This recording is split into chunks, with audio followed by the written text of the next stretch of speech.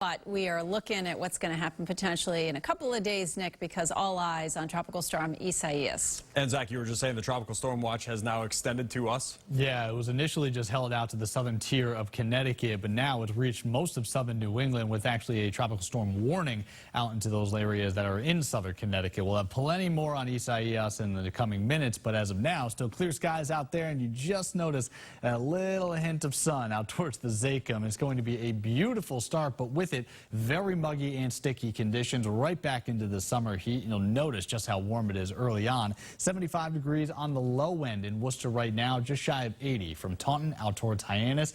Dew points between the mid and even upper 70s for immediate coastal locations. So this is really sticky and heavy air. You'll need the air conditioning running not only for the morning commute, but as we roll into the afternoon too, when we get a very quick spike. No need to be rain ready, but obviously make sure you have the sunglasses handy. Blue skies moves us into the low 90s as we go into the height of our day, and then we'll start to see more clouds increase as we move into the evening and overnight hours, all associated with Tropical Storm Isaias. And there is the Tropical Storm Watch, now all of southern New England wrapped up into that, into most of New Hampshire as well as Maine. This is going to be a rather quick system, but at this point still landing out between Jacksonville and Daytona Beach, 115 miles just offshore of the Florida Peninsula, still bringing some rather intense wind as well as drenching rain. A lot of that energy remaining off to the east, though, before making its track towards South and North Carolina. And you notice that the bandings here, this is the model output that suggests the potential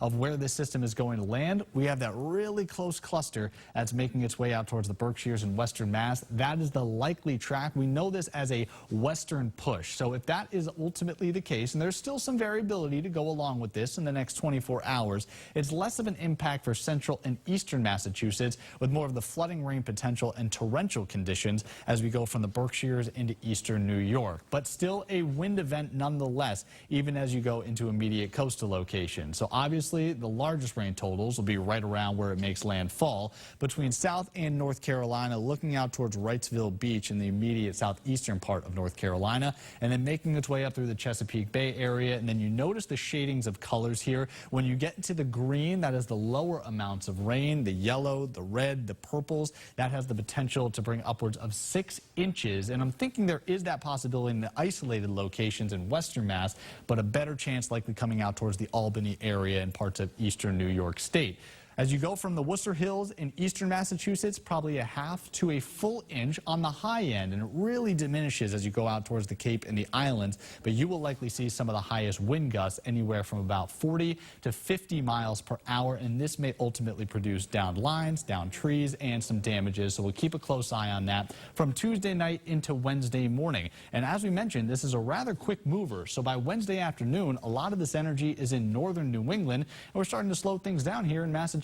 So back into some sunshine as we wrap up our Wednesday, and we'll keep that blue in place for Thursday too, and we're going to be returning to the low and mid 80s that afternoon.